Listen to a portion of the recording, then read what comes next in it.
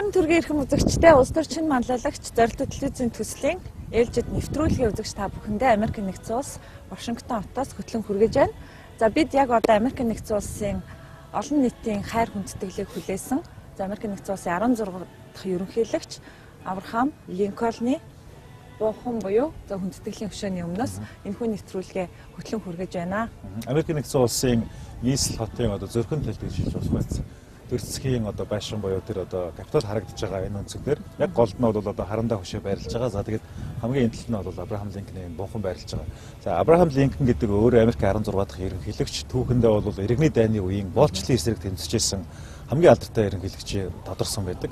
Ерөнхийдөө Авраам Линкольны тухай бол Америкийн ард түмний дунд домог мэт маш олон зүйл ярьдаг.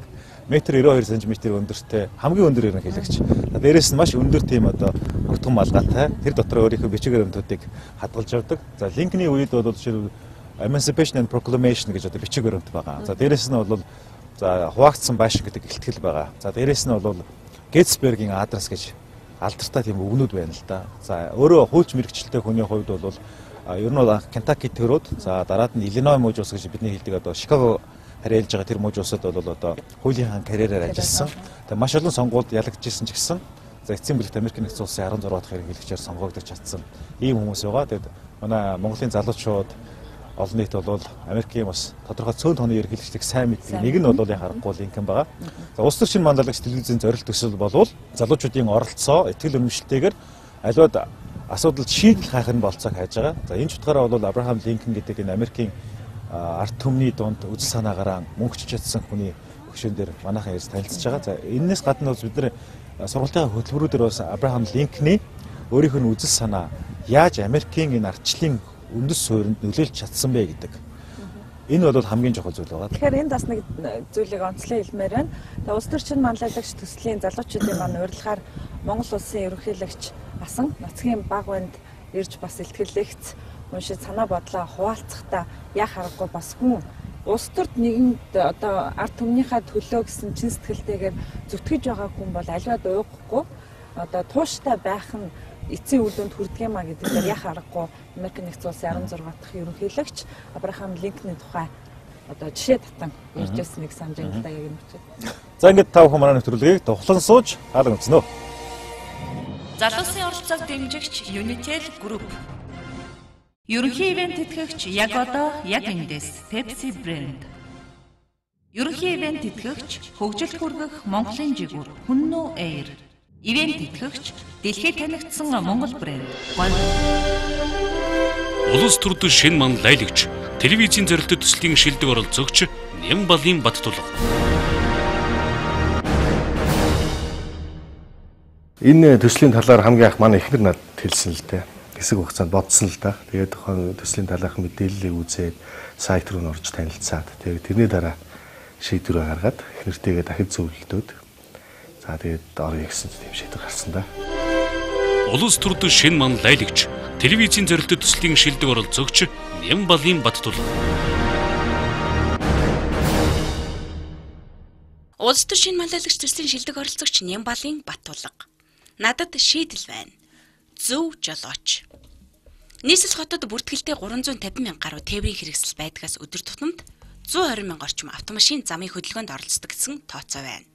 Тэгвэл Улаанбаатар хотын 1 сая 300 мянган иргэн түүнээс 15-аас 64 насныхан 760 орчим мянган иргэн байдаг гэхээр 5 иргэн тутмын нэг нь өдөр тутамд автомашин жолоодож замын хөдөлгөөнд оролцдог гэсэн үг. Хотын замын хөдөлгөөний ачаалал төвжирэл дүрмдөрчдөг жолооч нарын ёс зүйн үйлдэлүүд зэрэг нь хотын иргэн бүрийн амьдралд их бага хэмжээгээр нөлөөлж бухимдал дагуулж байдаг нь гарцаагүй үнэн. Жолооч нарын төвчээргүй байдал бусдыгаа үл хүндэтгсэн хинэггүй зам биел болж байвал гэсэн хувиа хичээсэн бодлоос энэ бүхэн үүдэлтэй байдаг. Өөрөөр хэлбэл хэн нэгэн жолоочийн зам дээр гаргаж байгаа хувиагүй үйлдэл нь эргэн тойронд нь явж байгаа 10-аас 20 жолоочд шууд нөлөөлдөг бол магадгүй 100-аас 200 жолоочд шууд бусаар нөлөөлдөг. Нийгэмд ил болон далд их уршиг тарьж байгаа энэ асуудлыг хэрхэн шийдэх вэ? Мэдээж төр засгийн зүгээс замын хөдөлгөөний ачааллыг бууруулахад ихээхэн анхаарал тавьж олон ажлуудыг хийж байгаа боловч төдийлөн үр дүнд хүрч чадахгүй л байна. Гэвч би энд их хотын зөв жолоочийн тухай ярьж байгаа учраас жолоочид чиглэсэн цөөн шийдлийг хэлмээр байна. Нэгдүгээрт автомашины хар хайрцаг, хоёрдугаарт иргэн бүр цагдаа байх ёстой. Замын хөдөлгөөнд оролцож байгаа тээврийн хэрэгсэл бүр хар хайрцаг буюу камертай байх нь их хотын жолооч нарт зайлшгүй хэрэгцээ зүйл юм. Энэ нь өөрийн болон бусдын эд хөрөнгө, эрүүл мэндийг хамгаалах чухал хэрэгсэл болохоос гадна замын хөдөлгөөний соёлыг хэвшүүлэн мөрдүүлэхэд чухал нөлөө үзүүлж чадах юм. Мөн явган зорчигч хэн бүхэн зөрчил гаргагчийн үйлдэлийг баримтжуулан илгээх боломжтой бөгөөд тэдгээр мэдээллүүдийг худалдан авч төлбөрийг нь зөрчил гаргагчаас гаргуулдаг байх зэрэг шинэ аргыг миний зүгээс дэвшүүлж байна.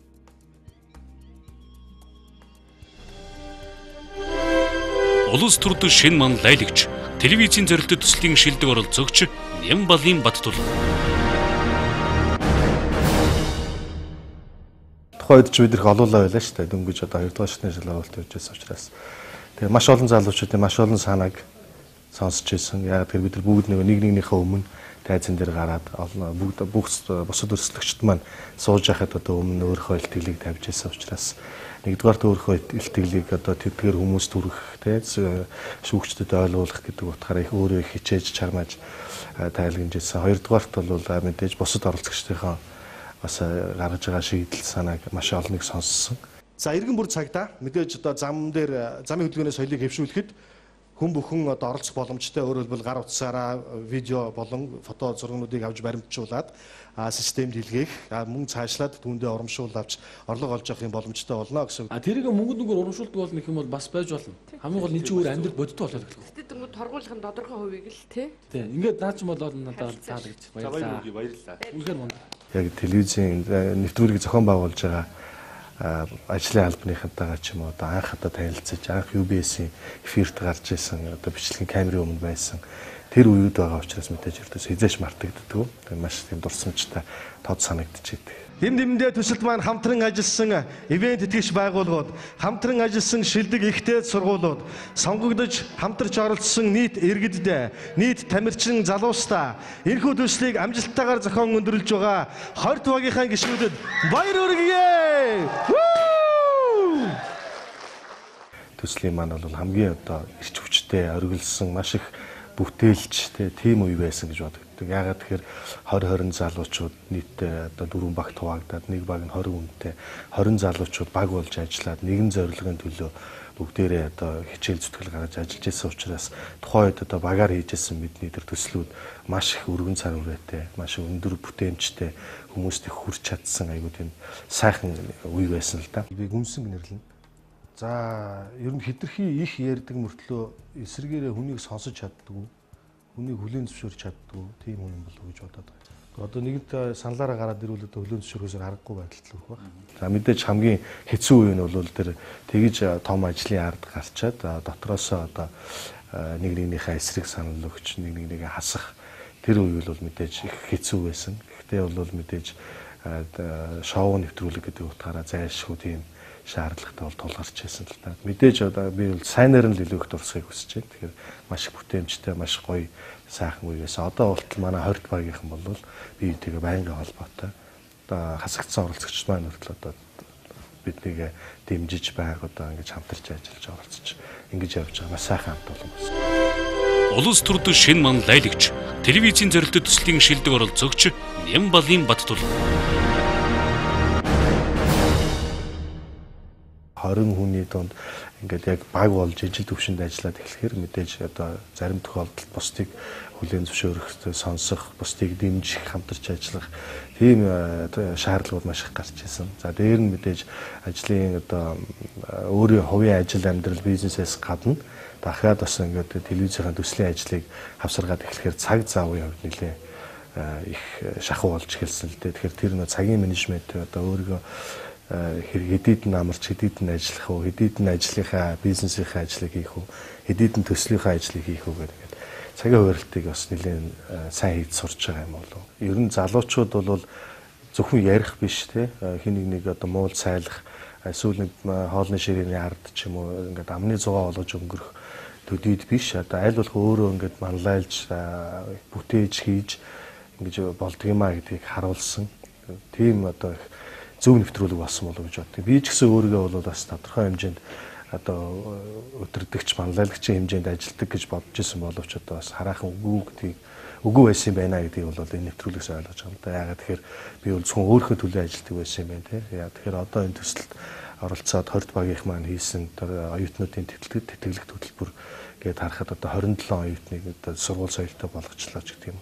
Энийг бол би жишээ нь хэрвээ нэвтрүүлэгт ороогүй байсан бол өөрөө хизээч санаачлахгүй. Тэгээ өөрөө энийг хийхгүй байх байсан байх л та. Огт бодож байгаагүй, санаж байгаагүй зүйлийг маань хүртэл сануулад тэрийг хийгээд одоо ингээд үр дүнгээ харцсан гэдэгтээ бас айгүй бахархалтай байдаг. Тэгэхээр сайн тал нь бол маш их байгаа.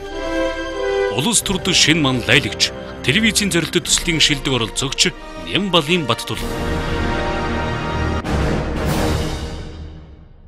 Ер нь зөв сонголт гэдэгтээ одоо ихтэй байгаа л да би. Яагаад тэгэхээр саяхан хэлжсэн миний тэр олон тайлбарууд одоо өөрөөр хэлбэл миний огт хийхийг хүсдэггүй боддгоо санаанд орж байгаа зүйлүүдийг хийсэн учраас мэдээж маш зөв сонголт болсон. За дээр нь мэдээж одоо залуу хүн цаашдаа одоо бизнест ч тэр өөрийнхөө амьдралд ч тэр мэдээж олонний танил болж тэ өөр нь юу боддог, юу санаж сэтгэдэг, юу бүтээж хийж чаддаг хүн бэ гэдгийг одоо телевизийн эфирээр дамжуулж бас хүмүүст харуулж таниулна гэдэг бол бас маш том боломжтой залуу хүмүүс. Улс төрд шинэ ман лайлагч, телевизийн зорилттой төслийн шилдэг оролцогч Нямбалын Баттул. Энэ их том ажил. Одоо жишээ нь одоо бид нар хагас жилийг дуулчаад байна. Дахиад цаана магадгүй хагас жил те. Бүтэн жилийн жил шахмын хугацаанд үргэлжилж байгаа ийм урт төслүүд бол маш их том нүсэр ажил. Дээр нь 1700 одоо залуучуудаас сонгож цорын ганц ялагчийг тодруулна гэдэг бол маш хариуцлагатай ажил. Тэгээ одоо үлдсэн байгаа залуучууд маань бүгдээрээ л чадвартай мундаг залуучууд. Тэгэхээр залуучуудыг хооронд нь дүгнэж, цэгнэж, ялгаж салгана гэдэг. Тэгээд хамгийн гол нь энэ олон залуучуудыг ингэж үзэгчдэд таниулж хэн бэ гэдгийг мэдрүүлж өгч байгаа гэдэг бол маш том чухал ажил. За дээр нь залуучуудыг ингэж хийж бүтээх одоо бодитоор хийж бүтээх энэ ажилд нь ингэж уриалж хүмүүс одоо оролцож болдго юм байна, хийж болдго юм байна гэдгийг нийгэмд ингэж таниулж байгаа залуучуудыг ингэж хөгжүүлж, дэвжүүлж, өдөөж өгж байгаа дээр бол энэ нэвтрүүлгийн хувьд бол маш том ажил байгаа. Тэгээд энэ том ажлыг хийж байгаа одоо энэ UBS телевизийн хамт олон, за дээр нь одоо зохион байгуулж байгаа Liberal House, EBI-г одоо эдгээр байгууллагууд, за мөн одоо ивент итгэж ажиллаж байгаа байгууллагууд тэгээд маш олон хүмүүсийн одоо хүч хөдөлмөрийн чинь орж байгааг бид нар байнга мэдэрчээд өдөр тутам. Тэгэхээр эдгээр хүмүүстэй одоо нийт үлдсэн болон одоо оролцсон нийт залуусчгийн өмнөөс одоо маш их баярлж талархаж байгаагаа бас илэрхийлэхийг хүсэж байна да. Улс төрд шинэ ман лайлагч, телевизийн зорилттой төслийн шилдэг оролцогч Нямбалын Баттул.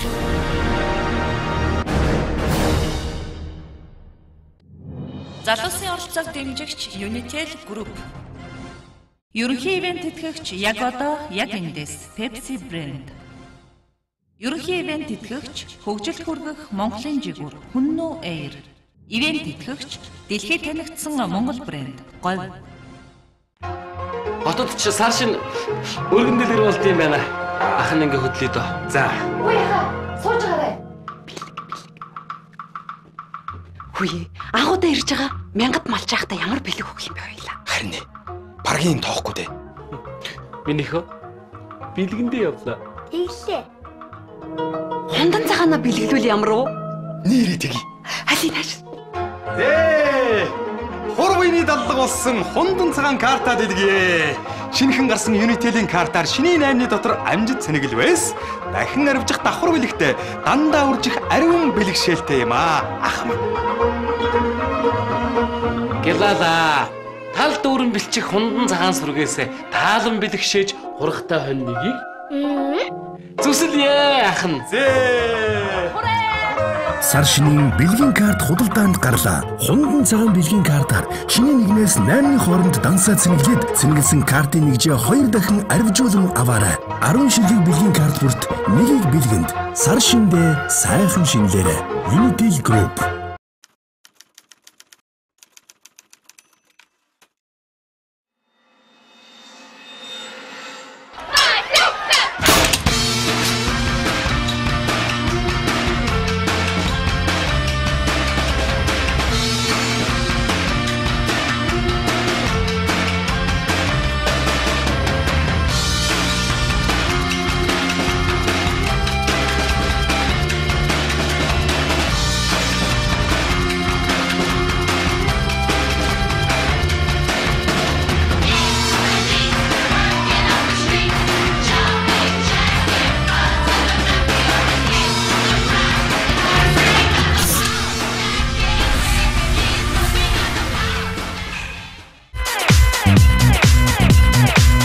унших байгалийн мөнгө. Намруулийн шин загварууд худалдаанд гарлаа.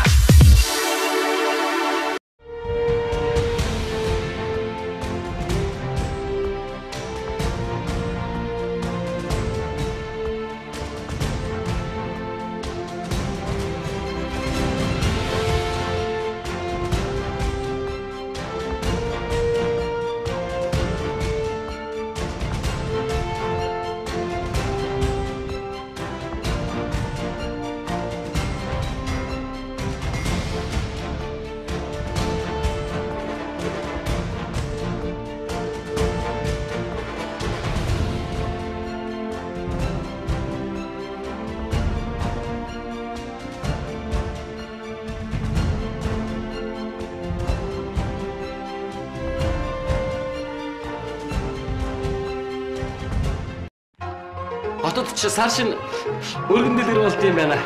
Ах нь ингээ хөдлөе дөө. За. Үгүй яха. Сууж гараа. Хүй, анхудаа ирж байгаа мянгад малч байхдаа ямар бэлэг өгөх юм бэ хоёлаа. Харин баргийн тоохгүй дээ. Минийхөө бэлгэндээ явлаа. Тэглээ. Хундан цагаана бэлгэлүүл ямар уу? Нэрээ тгий. Алинаш. Хурвины даллага болсон хундан цагаан карта дэлгэе. Шинэхэн гарсан Unitel-ийн картаар шинийн 8-ны дотор амжид цэнэгэл байс. Дахин арвжих давхар бэлэгтэй дандаа үржих ариун бэлэгшээлтэй юм аа. Ах минь. Гэлала. Тал дүүрэн бэлчих хундан цагаан сүргээс таалан бэлэгшээж хургтай хонь нэгийг зүсэлье ах нь. Сар шинийн бэлгийн карт худалдаанд гарлаа. Хундан цагаан бэлгийн картаар шинийн 1-ээс 8-ны хооронд дансаа цэнгэлээд цэнгэлсэн картын нэгжээ 2 дахин арвижуулан аваарай. 10 ширхэг бэлгийн карт бүрт нэгийг бэлгэнд сар шиндээ сайхан шинэлээрэй. Unitel Group.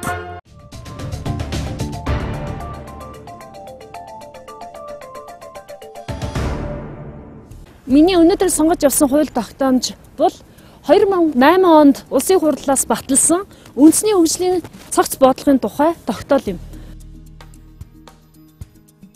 Монгол улсын мянганы хөгжлийн зорилтод суурилсан үндэсний хөгжлийн цогц бодлого батлах тухай. 1. Монгол улсын мянганы хөгжлийн зорилтод суурилсан үндэсний хөгжлийн цогц бодлогод заасан стратегийн зорилтуудыг хэрэгжүүлэх, зохион байгуулалтын арга хэмжээ авч, засгийн газрын үйл ажиллагааны хөтөлбөр, жил бүрийн улсын төсөв, эдийн засаг, нийгмийг хөгжүүлэх үндэсний чиглэл тусган хэрэгжүүлэх. 2. Монгол улсын мянганы хөгжлийн зорилтод суурилсан үндэсний хөгжлийн цогц бодлогын хүрээний үндэсний хөтөлбөрүүдийг шинээр болон шинжилэн боловсруулж улмаар хэрэгжүүлэх ажлыг зохион байгуулах. 3. Монголын мянганы хөгжлийн зорилтод суурилсан үндэсний хөгжлийн цогц бодлогод тусгагдсан стратегийн зорилтуудыг хэрэгжүүлэхэд чиглэсэн дунд хугацааны бодлогын баримт бичиг, зорилтод хөтөлбөр, төслүүдийг боловсруулан улсын хурлаар батлуулж, засгийн газрын үйл ажиллагааны хөтөлбөр тусган хэрэгжүүлж ажиллахыг зохион байгуулж ажиллахыг тухайн засгийн газарт зөвлөсөв. Энэ тогтоол хэрэг хэрэгжсэн бол Монгол улс хөгжингүй улс орнуудын нэг болохоос гадна нэг хүнд ноогдох дотоодын нийт бүтээгдэхүүн 8,000 Америк доллар байх байлаа. Харамсалтай нь энэ байдал бодит байдал дээр хэрэгжсэнгүй. Тэгэхээр энэ тогтоол яад хэрэгжих талаар холбогдох эдийн засаг судлаачдын үгийг сонсцгоё. 2011 онд Монгол улсын их хурлын сонгуулийн хууль батлагдсан. Энэ хуулийн 34-ийн 6 дугаар заалтан дээр таны үзэл бодлыг сонсох гэсэн. За энэ 34-ийн 6 дугаар заалтан дээр бол сонгуульд олон суудл авсан нам, эвслийн сонгуулийн мөрийн хөтөлбөр нь тухайн сонгуулийн үр дүнд байгуулагдсан улсын хурлаас байгуулах засгийн газрын үйл ажиллагааны мөрийн хөтөлбөрийн үндэс болно гэж заасан байдаг. Тэгэхээр манай Монгол улсад яг энэ заалт байгаа хэрнээ Монгол улсын үндэсний хөгжлийн бодлоготойгоо хэр уялдсан бол Монгол улсад үндэсний хөгжлийн бодлого гэж байна уу? Энд бол хоёр асуулт байгаа. Нэгдүгээр Монгол улсын урт хугацааны хөгжлийн бодлого юу юм бэ тий?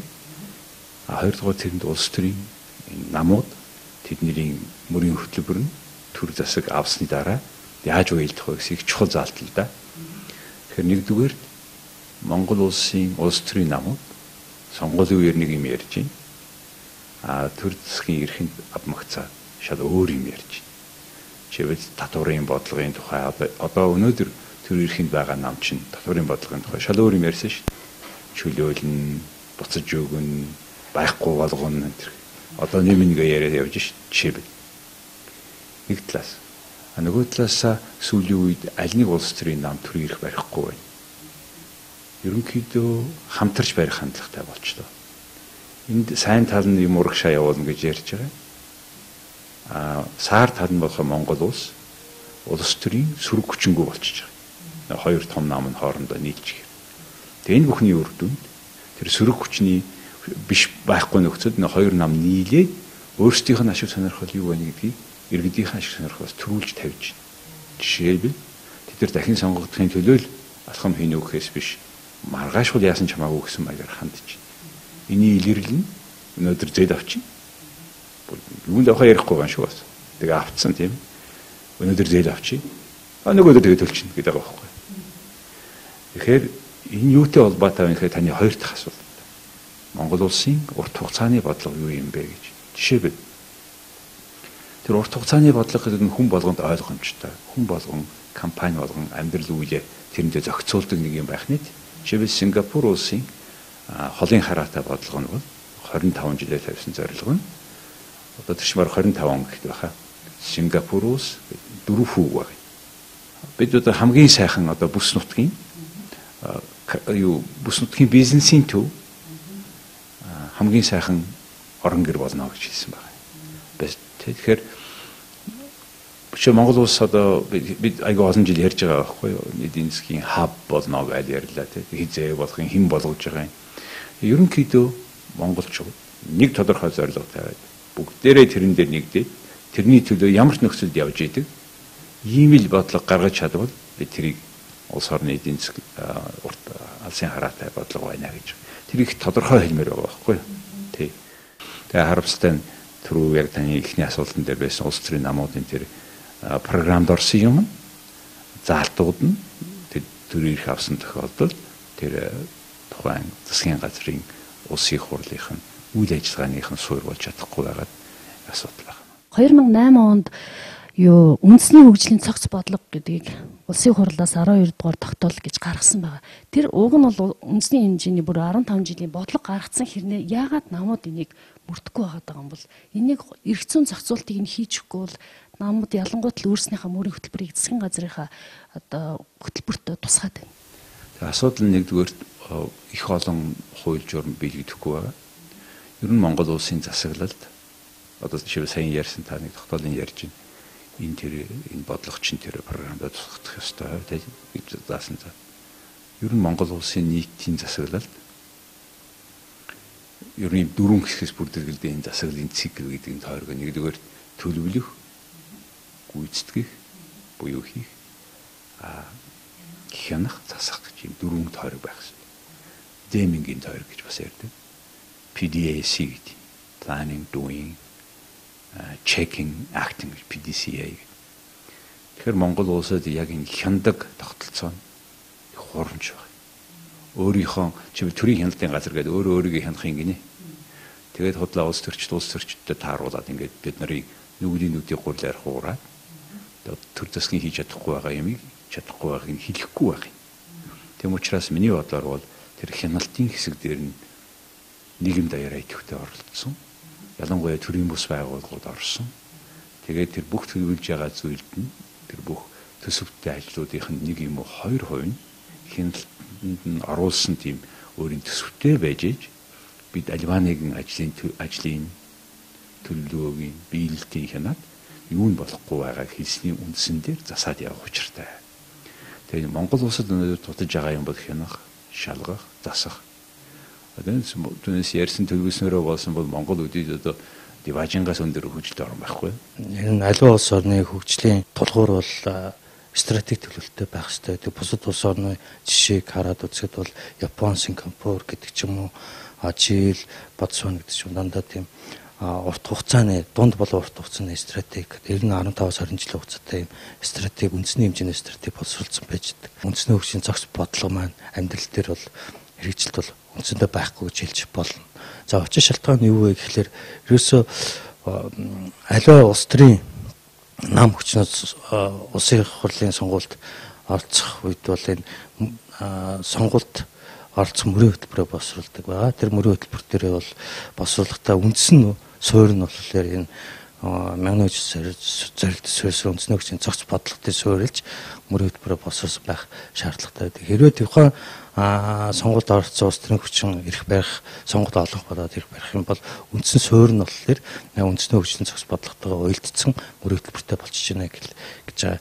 За нөгөө талаас өнөөдөр манай улсад бол нийтдээ 410 гаруй тийм салбарын бол дунд болон урт хугацааны мастер төлөвлөгөөнүүд байж байна. Эрүүл мэндийн, боловсролын гэдэг ч юм уу, за хөдөө аж ахуйн салбарыг гэдэг ч юм уу, янз бүрийн юм дунд болон урт хугацааны мастер төлөвлөгөөнүүд байгаа. Энэ мастер төлөвлөгөөнүүд мөн л адилхан үндэсний хөгжлийн одоо зохиц бодлого, за нөгөө талаас энэ засгийн газрын мөрийн хөтөлбөртэйгээ бол уялдсан холбоо бол байхгүй байгаа. Бүх салбарын мастер төлөвлөгөөнүүд, за засгийн газрын мөрийн хөтөлбөрүүд бол хоорондоо уялдаа холбоогүй байгаагаас шалтгаалаад нөгөө маш олон бодлогын улсын хурлаас үйлдвэрлээд гаргаад тогтоол хэлбэрээр ингээд батлаад идэг энэ баримт бичгүүчийн үндсэндээ амьдрал дээр цаас болчиход байна. Ерөөсөө л зүгээр цаас.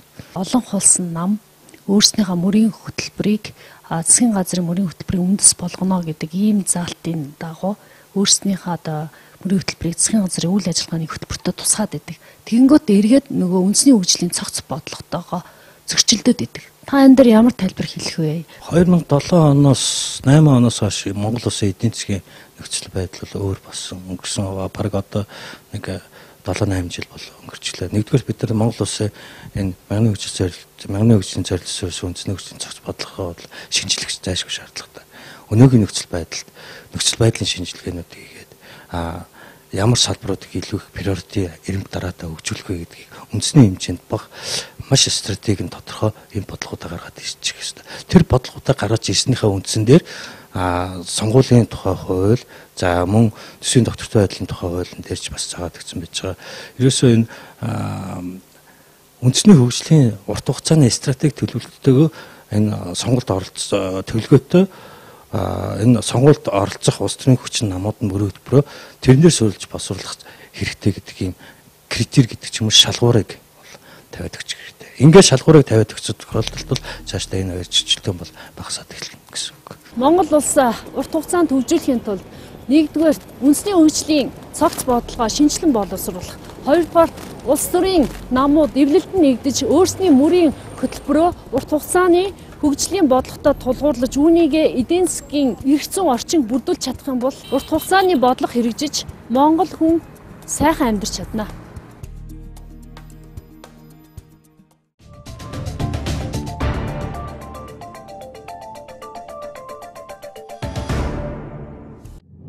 Залуусын оролцоог дэмжигч Unitel Group. Ерөнхий ивент тэтгэгч яг одоо яг эндээс Pepsi Brand. Ерөнхий ивент тэтгэгч хөгжил хүргэх Монголын жигүүр Хүннүү Air. Ивент тэтгэгч дэлхийд танигдсан Монгол брэнд Говь.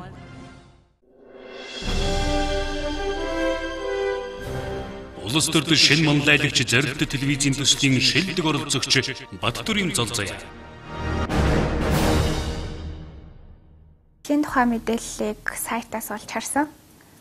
Тэгээд хамгийн анх шийдлийн болон яг орох басан шийдлийн болон би яг Солонгост Солонгос улсад компанид орсон ажиллаж байгаад тэр нь Монголдо очоод ажиллаа, залуу сургуулаа төгссөн. Бас хэцүү тэр ажлыг олсон боловч Монголдо буцаад нэрээ цаг алдахгүй очих юмсан гэсэн. Тэгээд бас нэг шинэ залуу үеийг нээх боломж юм байна гэж хараад шууд нааш ирсэн. Өөртөө итгэлтэй, зоригтой, өдрөг үзэл мэдрэмжтэй, өөрчлөх бүтээлч сэтгэлгээтэй, өөрийгөө сурах чадвартай Монгол залуусыг урайлан дуудаж байна. Улс төр шинэ манлайлагч эхлээд би сонсоод харж явчаа өнгөрөөчөд айгу тийм хүн сонсогдсон байхгүй. Улс төр гэсэн жаа улс төр гингүүт айгуур гэсэн чинь шин санаа залуусын оролцоо энэ нь 22-оос 44 насны зүр шин санаагаа тайлбарлаад шийдэлтэйгээр оролцох хэрэгтэй гэдэг доотлын тайлбар ингээ үе шатуудаараа тэгээ вебсайт руу орсон чинь ингээ үе шатуудаараа тий зорилготой шийдэлтэйсэн болохоор сонгосон да. Улс төрд шинэ манлайлагч төслийн шилдэг оролцогч Баттүрийн Золзая. Надад шийдэл байна.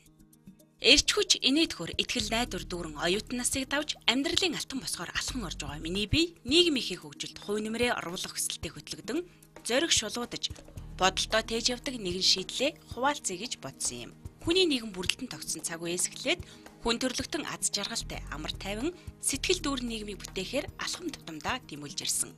Тэгвэл та бид өнөөдрийн хүртэл тэр зорж байгаа зүйлдээ хүрсэн болов уу? Хараахан үгүй. Учир нь миний анзаарснаар бид нэг нь хийж нөгөө нь хараад сууж байдаг. Нэг нь бүтээж байхад нөгөө нь нурааж байдаг. Хамтдаа амьдарч байгаа мөртлөө ганцаараа юм шиг хуваа хичээж явдаг. Хүмүүний амьдралд увайгүй гэж хэлэгддэг. Тэрэл цангаас үүдэлтэй олон бэрхшээлүүдээс гарч чадахгүй ойлгож явна. Энэхүү асуултынхаа эрэлт гарсан миний шийдэл энгийнээр бол та бид илүү ухаалаг бай. Илүү хүн чанартай байж нийгмийнхээ сайн сайханд ямагт тэмүүлэн амьдардаг. Бүтээж бий болгосноо хайрлан хамгаалдаг байх тийм л ёс зүйтэй байх нь чухал. Мэдээж нийгэмд хүн бүр адил тэнцүү төлөвшдөггүй нь үнэн. Ухаалаг сайхан амьдрна гэж бодож л байгаа бол өөрийгөө хөгжүүл. Өөрийгөө хөгжүүлнэ гэдэг өнөөдрийн тань тайлбарлаж байгаа холимог салаатны амтлагч нэгэд л ойлгож байгаа. Залуус аливаад идэх санаачлагтай байж өөрийгөө хөгжүүлсэн зөв зүйл бүхэн цаг заваа зарцуулж урагш тэмүүлэн амьдраарай. Залуу та, бүсгүй та хайртай бүхэнтэйгээ хүн шиг сайхан амьдарч сэтгэл тэнүүн явъя гэвэл сурч мэдэх зүйлд өөрийгөө дайчлан илүү ухаан зарж амьдраарай.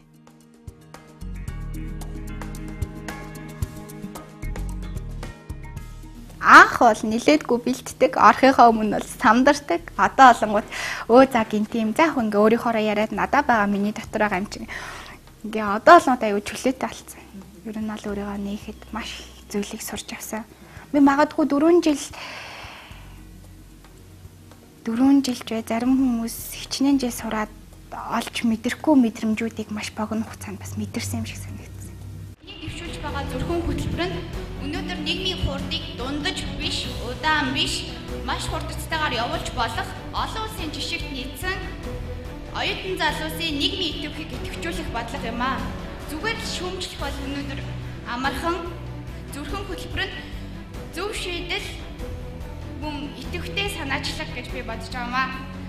Би Улаанбаатар хот Сүхбаатар дүүргээс оролцогч Батөрийн зал. Энэ бүх зүйл одоо буцаагаад ярихад ч гэсэн багийн би саах ихч нартай ихэд өнөөдөр би орон нутгийн ахтай, найзтай, Монголынхаа айлч нутагт очисон таньдаг хүнтэй ч юм уу тийм болцсон байна. 10 жилээ төгсөөд шууд гадаад руу яваад сурчингуудаа хүмүүст их сургуулийн найзууд айгүй их дэше Монголд ирээд ингэ ажиллахад их сургуулийн найзуудаар айгүй хоорондоо нийлдэг те найзуудаараа бие биендээ дэмдэмдээ ингэ цаашаа явдаг гэсэн.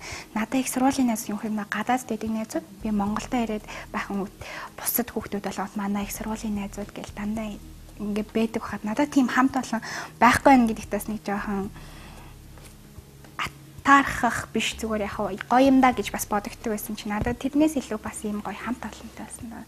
Цаазын ялгүй Монгол улс гэдэг үг айгуу тусаад би энэ зургийг авсан байгаа. Цаазын ялгүй Монгол улс тэгээ инэрэнгөө улс гэсэн байгаа ирнэ өнөөдөр ард иргэдээ далдуур тийм үү цаазын ял явагдаад байнуудаа авилгал, эрх чөлөө, авилгал, шудраг бусдад адил албан тушаал энэ бүх зүйлээрээ ард иргэдийнхаа цаазлаад байнуудаа гэсэн би даал цанааг энэ дээрс олж хараад ингэж хэлэх гэсэн юм аа. Мэдээж нэг өдөр дуусан гот их санах байх гэж боддог. Одоо хүртэл одоо буцаагаад хаяа бид нар гучуулаа байж байгаа л ирүүлээ ахта гоё ээжээ те ирүүлээ бас маах явж ийснаа санаж ин удирдлага их тэмд хичээл дээрээ чи унтаад чи босоод энэ ингэж гүүгээд гэл ярангууд бас одоо хүртэл гоё санагддаг. Өмнө нь угаасаа бас гоё шалгаруултан дээр анх шийдлээ ярьсан бид нар битсэн дахиад батлаад ярьсан. Тэгээ буцаага баг дотроо бас багийнхандаа ярьсан байсан. Одоо буцаад яг энийг гаргах хэрэгтэй гэхэлэр би айгуу чанартай зүйл хийх хэрэгтэй. Энийг бусад бүх хүмүүст харуулна. Тэгээд ингэм бол миний гаргаж ирсэн шийдэл биелэх магадлалтай гэдэг үднээсээ үнэхээр дээд зэргээр сэтгэл гаргаад хийх хүсэж шүн баг 2 цаг 3 цаг унтаад шахуу ингээ хараад буцаагаад ярих хэрэгтэй. Тэгээ сургуулиуд дээр очиж хүүхдүүдээс судалгаа аваад бас нэг шин сорилт байсан. Тэр чинь миний шийдэл нь өөрөө олонгууд нөгөө залуучуудыг идэвхтэй байлгах гэхээр би яг нөгөө сургуулийн тэр оюутнууд дээр очиод оюутнуудтай би ярилцж үтсэн байхгүй ярилцсангууд тэр айгуу гоё юм лээ. Хүнээс асуулт асуугаад өөрийнхөө мэддэг зүйлийн талаар надаас хуасангууд буцаагаад хариулна гэх юм бол айгуу тийм бодтой бас харилцаа энд нөгөө өмнө сандраа телевиз өмнө сандардггүй дүүнэртэйгаа ч юм уу айгуу гоё би өөрөө ингээ ийм зүйл сурсан гэж ярихлаар. Улс төрд шинэ манлайлагч зорилт телевизийн төслийн шилдэг оролцогч Баттүрийн Золзая. Шилдэг ирж тахта би Монголынхаа эрдэмтдийн оюуны ундрагаас ч юм уу маш их зүйлийг бас суралцсан. Ээж аав имэвгийн бас сурыг гэж боддог ер нь удирдлагын ахтам. Нэрнээс ахуулаад Монголын удирдлагын ахтам гэхэлэр бас их гоё сүртэй. Маш их баяртайсан. Эрд бас тэнцэндээ бас баярлах нь бас удирдлагын ахтам бас баярлна. Гэхдээ миний зорилго бол яг сурах бол байгаагүй шийдлээ бусдад таниулъя гэсэн үднээс бас залуу өөрийгөө сориод үзье гэж орж ирсэн.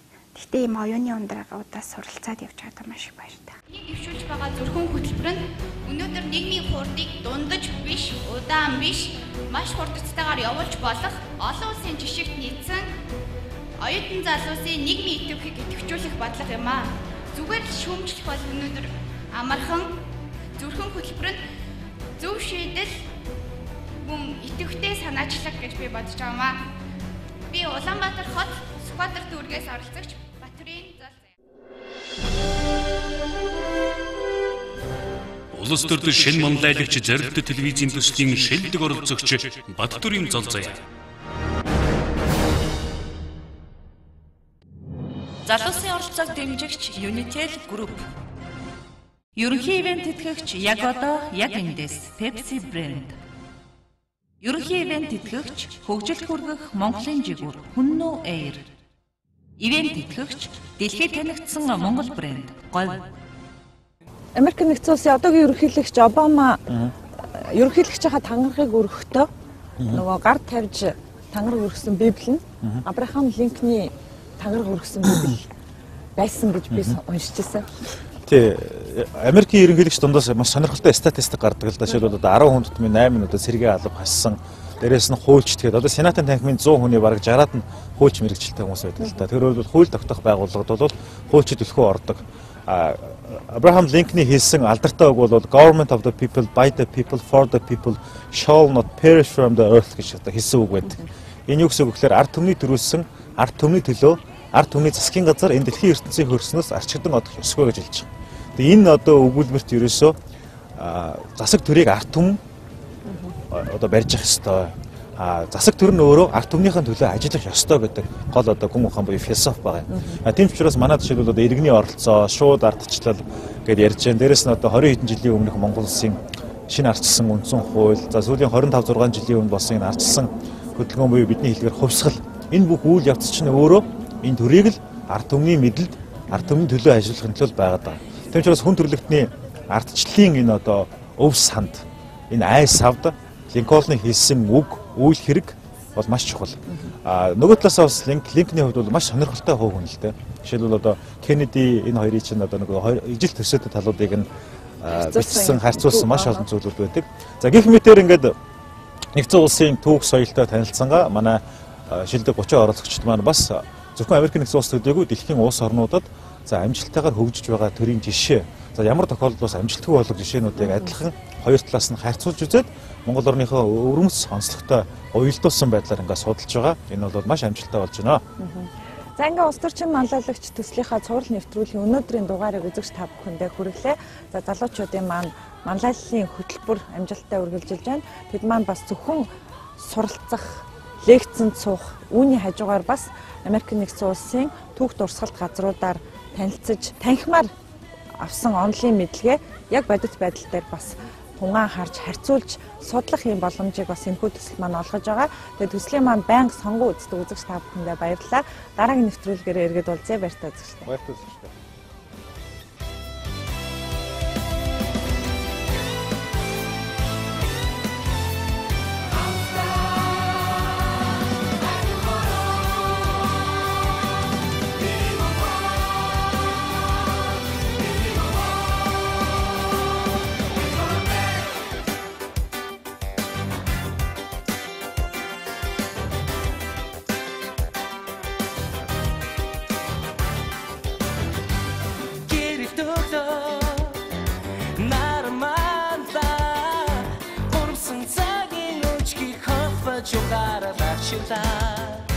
Erhem sahau,